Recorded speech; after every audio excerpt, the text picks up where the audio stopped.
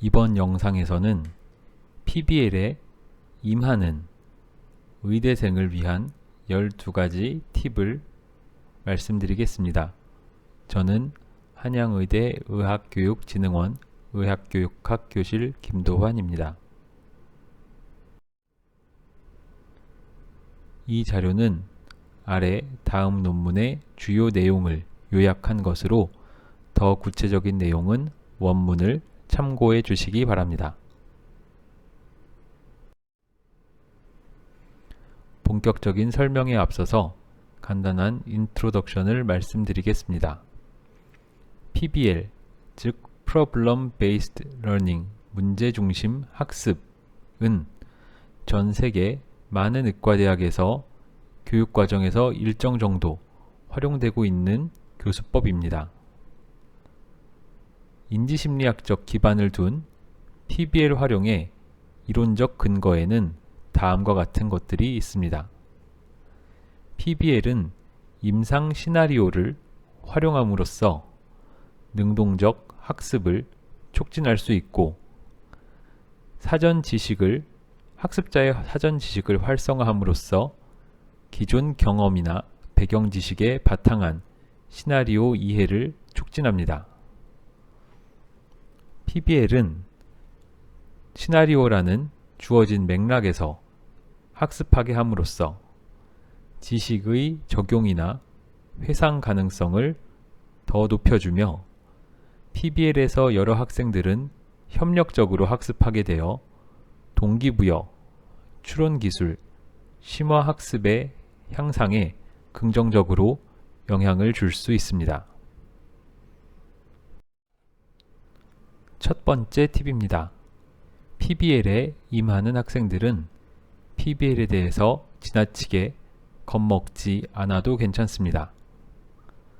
물론 학생들은 주로 강의식 수업이나 일방향적 혹은 일방적 수업을 받다가 PBL로 전환되는 시기에 많은 불안감을 느낄 수 있습니다. 이때 가장 먼저 PBL을 왜 하는지 그 이유를 이해해 보려고 할 필요가 있습니다. 또한 초기에 일정 정도의 불확실성을 발생하더라도 그것을 받아들이고 인내하면서 일정 기간은 어쨌거나 PBL에 참여해 보려는 노력을 할 수도 있습니다. 또한 학생들에게 어느 정도 시스템을 믿어야 한다고 조언합니다. PBL이란 것은 1969년부터 오랜 기간 사용되어 온 방법으로 PBL을 경험한, 즉 PBL 교육과정을 경험한 졸업생에 대해서는 지금까지 다수의 연구를 통해서 긍정적인 근거가 축적되어 있습니다. 또한 PBL에서 어려움을 겪는 것은 본인뿐만이 아니며 다른 조원들도 마찬가지로 PBL이 어려울 수 있다는 점을 인식하고 인내심을 조금 가져볼 필요도 있겠습니다.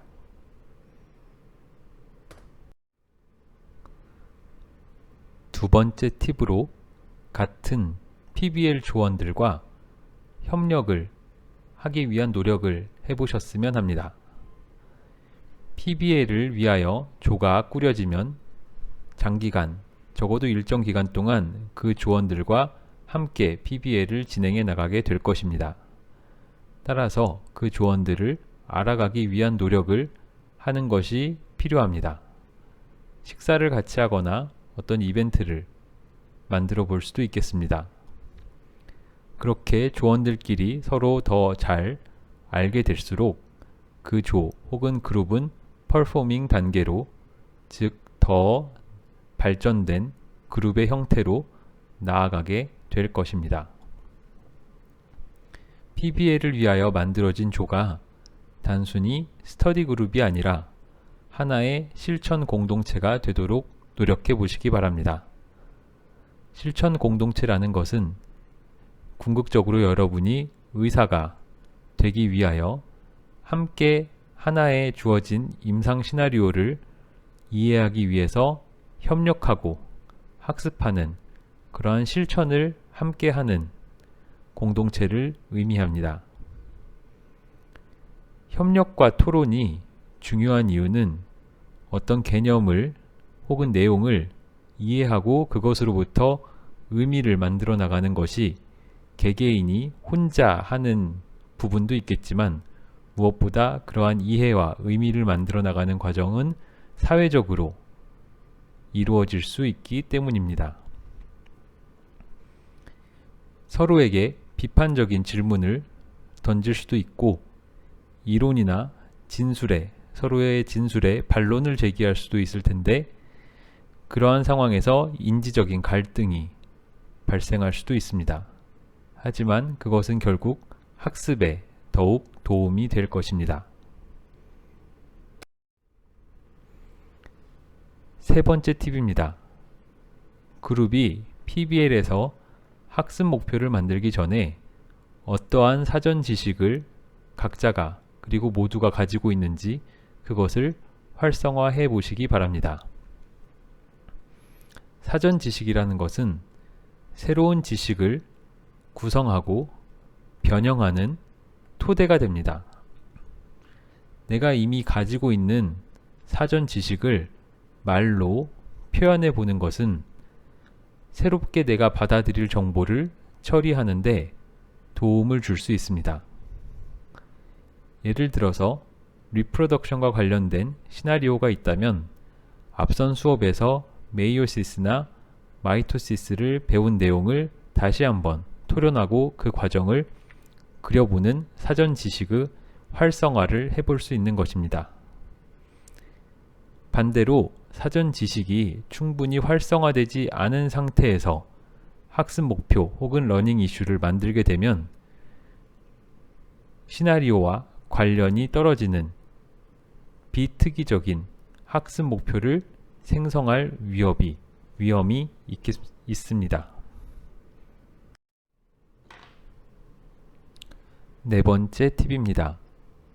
PBL에는 강의 계획서라고 할 수 있는 것이 없다는 사실을 인식하셔야 합니다.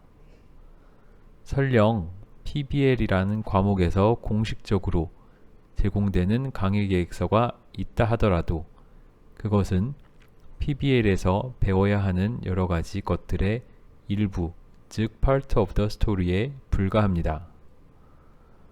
학생들은 의과대학에서 모든 것을 강의로 한 번에 배울 수 없다는 것과 졸업 후에도 끊임없이 최신의 지식을 유지하기 위해서 학습을 지속해야 한다는 사실을 깨달아야 합니다. PBL 모듈을 새롭게 시작하게 되면 강의 계획서가 없는 상태에서 무엇을 공부해야 할지, 공부해야 할 것들이 여러 가지 보일 것입니다. 따라서 사전 지식을 활성화한 다음 이것에 대해서는 바로 직전에 세 번째 팁에서 말씀드린 바가 있습니다. 사전 지식을 활성화한 다음에 학습 목표를 형성해 나가야 합니다. 다섯 번째 팁입니다. 어느 정도의 깊이로 공부할 것인지 그것을 스스로 정해야 합니다. 얼마나 깊이 공부해야 하나요? 내가 지금 하고 있는 것이 적정한 수준으로 하고 있는지 어떻게 알 수 있나요? 와 같은 질문을 혹은 의문을 가질 수 있습니다. 물론 PBL에서 여러 학생들이 조를 이루어 그 조 내에서 협력적으로 학습을 하는 것은 사실이지만 각 학생들은 자신마다 고유한 사전 지식의 수준이나 양이 다르기 때문에 개별적으로는 다른 깊이를 갖는 학습을 하게 됩니다. 따라서 대학, 즉 과목이나 수업에서 제공하는 여러 가지 학습 자료, 그리고 다양한 학습 자원, 리소스 중에서 자신에게 의미 있는 것이 무엇인지를 스스로 식별하여 학습하는 연습이 PBL에서 필요합니다. 여기에 써 있는 것처럼 단순 암기만 하려고 하지 말고 또 단순히 여러 가지 학습 목표를 tick off, 체크해서 해치워 버리기 위한 그러한 학습보다는 자신에게 의미 있는 학습이 되도록 PBL을 활용해 보시기 바랍니다. 여섯 번째 팁입니다. 자기 자신에게 가장 적합한 학습법이 무엇인지 그것을 개발하는 용도로 PBL을 활용해 보시기 바랍니다. PBL에서는 주어진 혹은 스스로 개발한 학습 목표를 배우는 수단으로 다양한 자료를 활용할 수 있습니다. 교과서와 강의 외에도 논문이나 인터넷의 여러 자료, 환자, 자신의 경험 등 여러 가지 자료가 학습의 자원이 될 수 있고 또한 PBL에서 사용할 수 있는 학습 기술에는 일반적인 학습 기술을 포함하여 강조 표시, 마인드맵 그리기, 메모 작성, 질문하기 등등 다양한 방식의 학습 기술을 활용해 볼 수 있는 상황이 됩니다. 학습 전략을 크게 피상적, 전략적, 심층적 이 세 가지로 나눴을 때 피상적인 학습이란 전날 밤에 급하게 암기를 하는 것과 같은 학습 유형이 될 테고 전략적 학습은 시험에 필요한 것을 혹은 그것만 위주로 학습하는 형태가 될 것입니다. 세 번째로 심층적 학습은 주제에 관하여 철저하게 이해하기 위한 목적의 학습이 되는데 이러한 것들 중에서도 내용에 따라 혹은 시나리오에 따라 자신에게 가장 적합한 학습법이 무엇인지 한번 점검해보고 테스트해 보시기 바랍니다. 일곱 번째 팁입니다. PBL에서는 조원 모두의 동등한 참여를 장려하고 또 그렇게 하기 위하여 서로에게 질문을 던져보시기 바랍니다. PBL 세션에서는 각자 자신이 공부해온 혹은 알고 있는 내용을 공유하는 것뿐만 아니라 조원들끼리 서로에게 질문을 던지기도 하고 또 여러 사람이 같이 이해하지 못하는 헷갈리는 내용을 혹은 그러한 문제를 함께 해결하는 과정에서 서로에게 배우도록 진행되어야 합니다. 서로에게 배우기 위해서는 개방형 질문, 예를 들어서 다른 사람들은 어떻게 생각하는지를 묻는 이런 개방형 질문을 던지고 혹은 규칙을 설정하는 것도 좋은 팁이 될 수 있습니다. 서로에게서 배우기 위하여 모든 사람이 적어도 PBL 진행되는 동안 한 번은 칠판에 글을 쓴다와 같은 규칙을 설정하여 모두가 모두에게 일정 정도씩 기여할 수 있는 방식으로 그리고 참여할 수 있는 방식으로 PBL을 운영해 보십시오.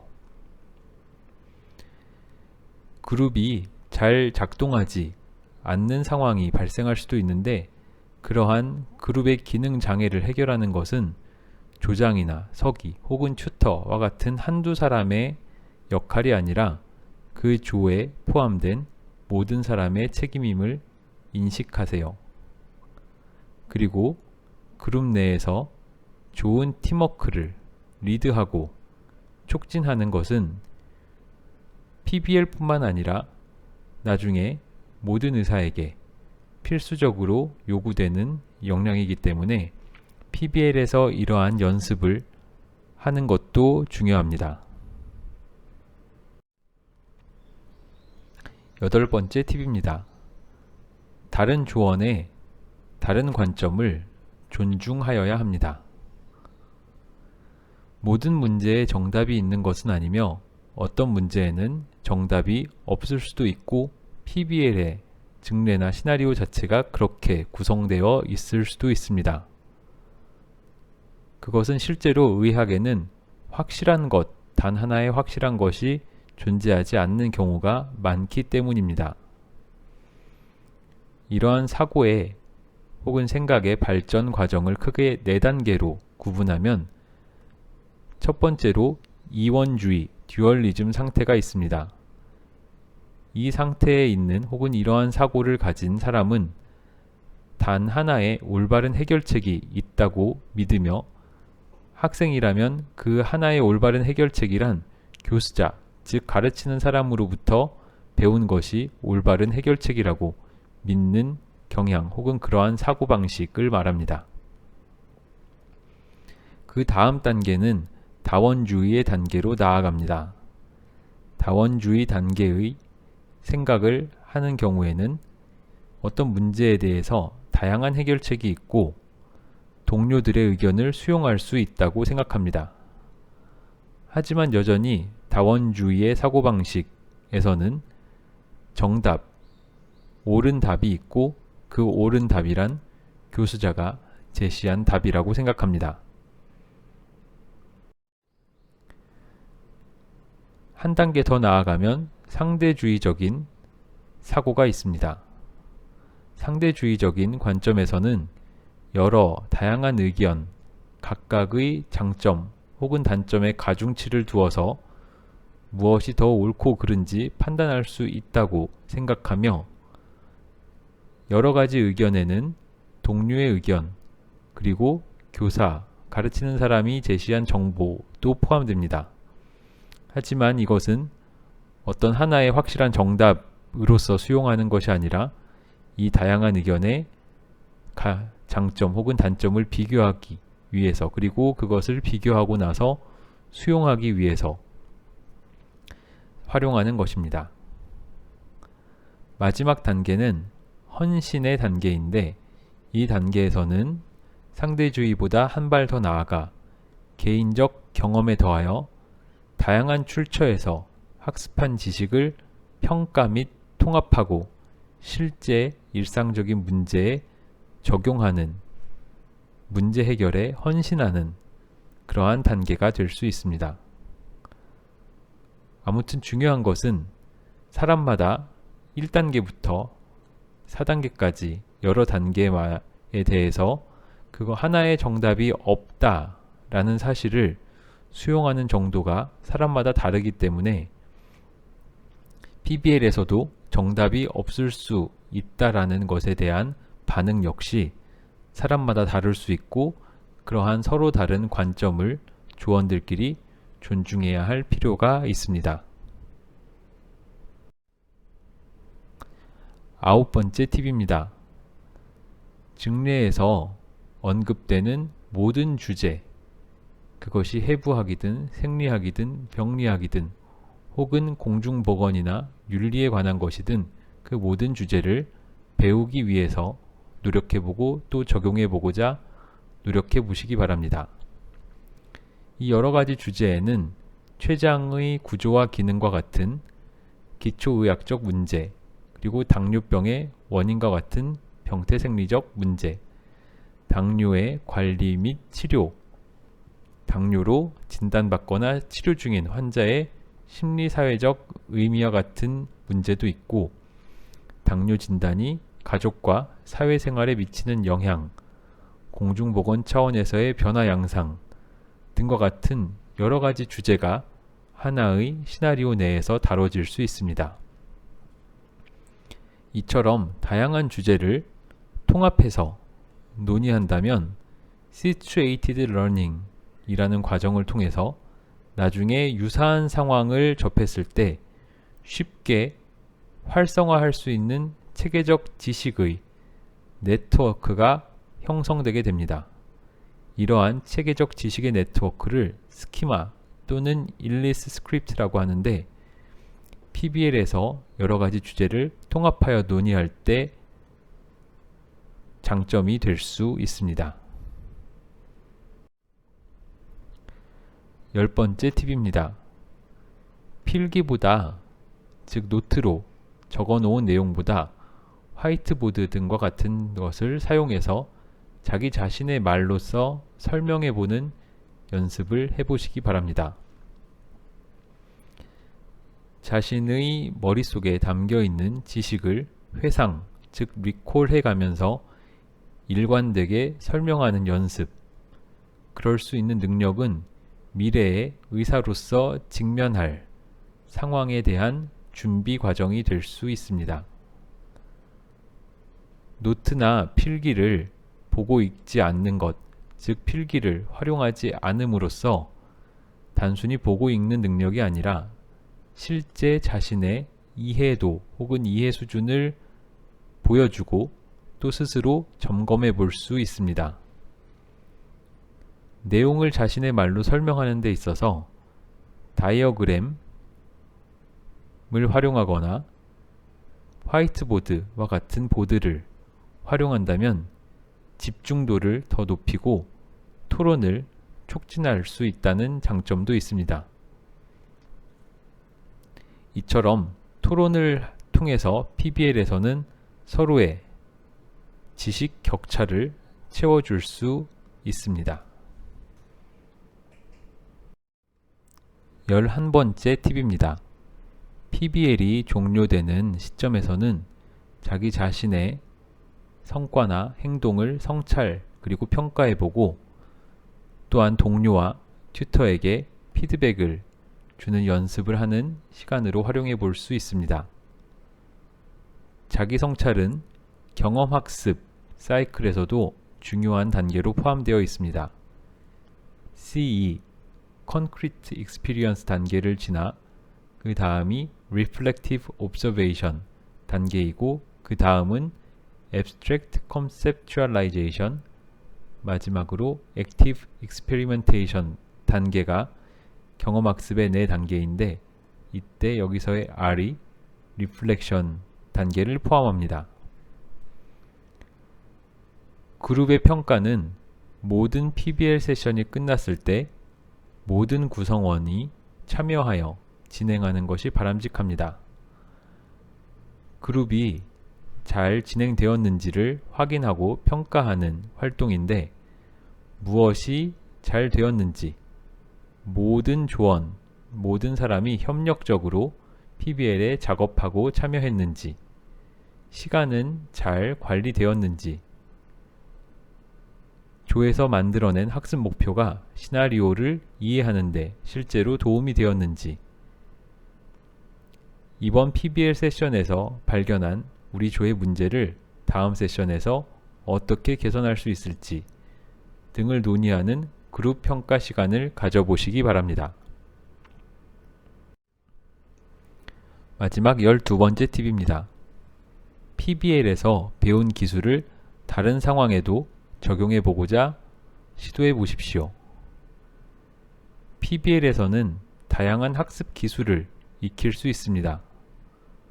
먼저 현재 자신이 이해하고 있는 이해도의 지식 격차를 인식하는 연습을 할 수 있고 그 지식 격차를 충족시키거나 채워오기 위해서 새로운 학습 목표를 식별하고 설정하는 연습을 할 수도 있습니다.